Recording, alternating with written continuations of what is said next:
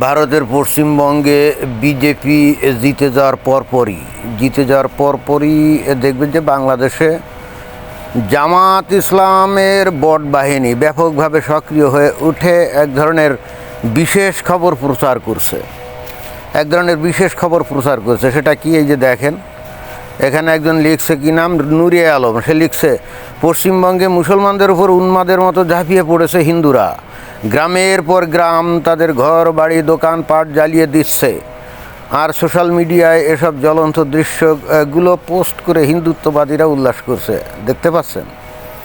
অথচ বাস্তবে পশ্চিমবঙ্গে হিন্দুরা কিন্তু মুসলমানদের বাড়িঘরের উপরে আমরা সেই ধরনের কোনো আক্রমণের খবর কিন্তু আমরা পাইনি।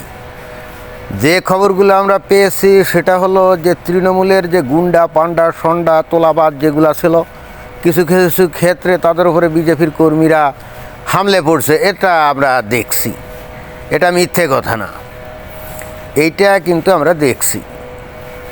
তো এখন কথা হচ্ছে যে এই বাংলাদেশের এই বট বাহিনী, এই জামাতের বট বাহিনী এই কথাগুলো প্রচার করে আসলে কী বলতে চাচ্ছে বা এইগুলো প্রচার কেন করছে, এটাই খুব ইন্টারেস্টিং, রাইট? এখন আমরা যদি একটা সিনারিও চেঞ্জ করি, না সিনারিও চেঞ্জ করার আগে পশ্চিমবঙ্গে এই যে এতদিন ধরে এই যে কি তৃণমূল কংগ্রেস মানে মমতা বন্দ্যোপাধ্যায় যেভাবে ক্ষমতা চালিয়েছিল এবং অভিষেক যেভাবে ক্ষমতা তারা ভোগ করছিল, এখানে এটা তো সবাই জানে যে মমতা মুসলমানদের প্রিভিলেজ দিয়ে তাদেরকে ভোট ব্যাংক হিসেবে ব্যবহার করত। এবং অলরেডি আপনারা জেনে গেছেন যে এই তৃণমূলের নেতৃত্বে এই পশ্চিমবঙ্গে এই সংখ্যালঘু হওয়া সত্ত্বেও মুসলমানদের এমন অনেকের নাম চলে আসছে যারা রীতিমতো প্রকাশ্যে হুমকি দিত হিন্দু নারীদেরকে তারা ধর্ষণ করবে এবং করছেও।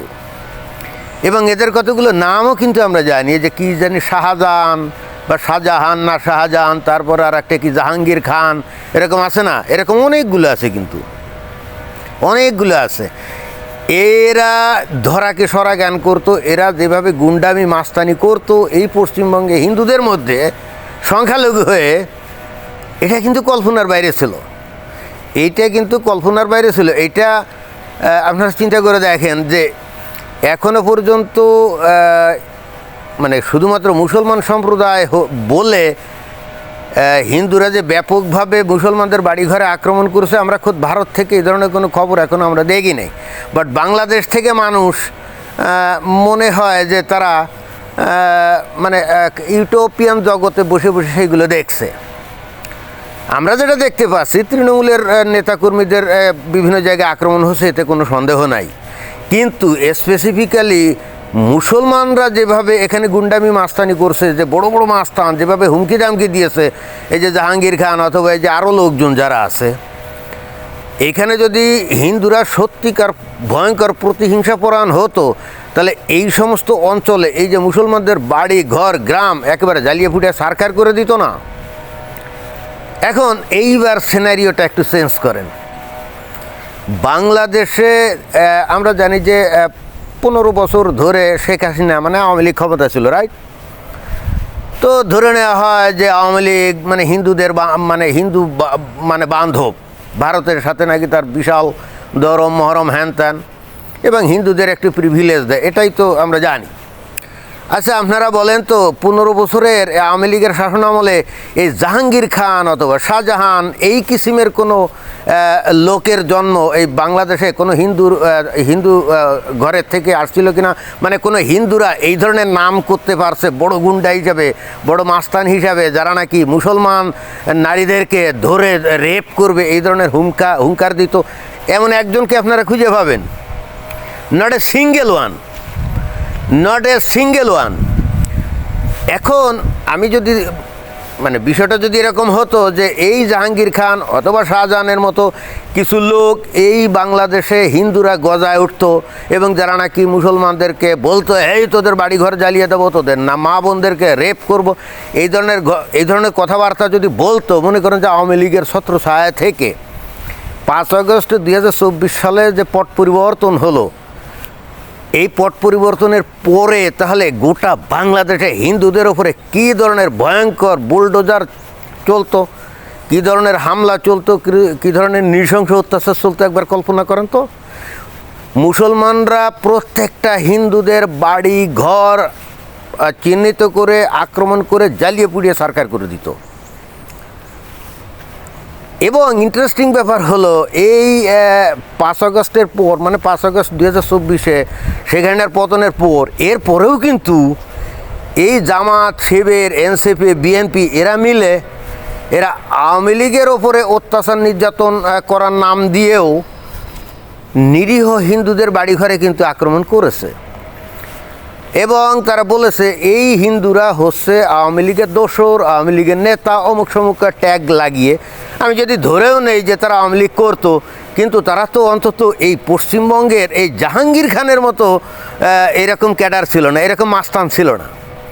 অর্থাৎ এরকম জাহাঙ্গীর খান পশ্চিম বাংলায় বা শাহজাহান পশ্চিম বাংলায় যা যা করছে, ওর 100 ভাগের 1 ভাগও তো দূরের কথা, মানে 0.000 1 ভাগও কিছু করে নাই।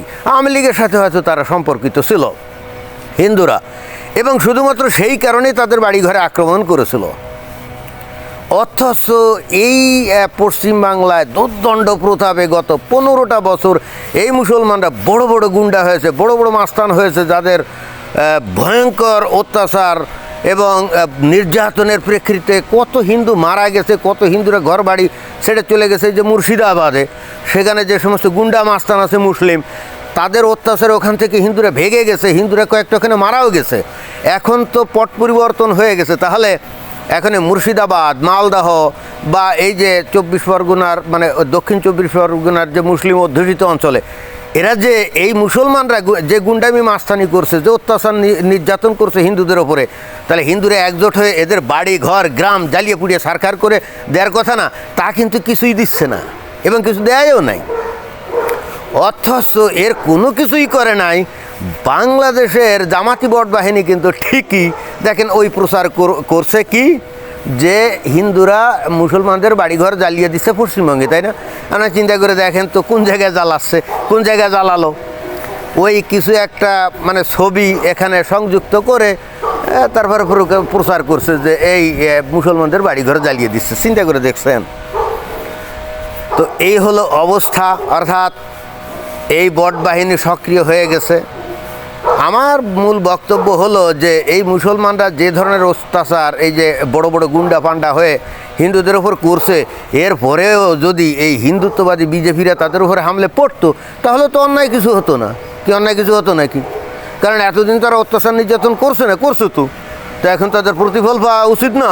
যদি করেও থাকে সেটাও তো অন্যায় কিছু না।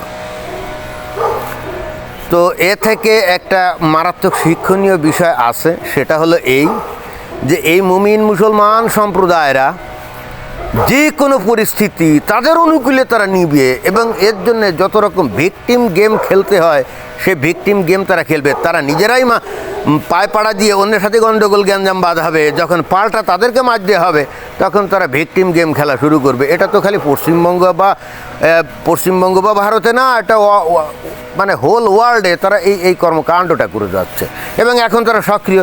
তবে দুঃখের ব্যাপার হলো এখন সোশ্যাল মিডিয়া এত বেশি সক্রিয় বা এত বেশি সোশ্যাল মিডিয়ার প্রচার যে এই সমস্ত ভিকটিম গেম খেলে কোনো ফায়দা নেই।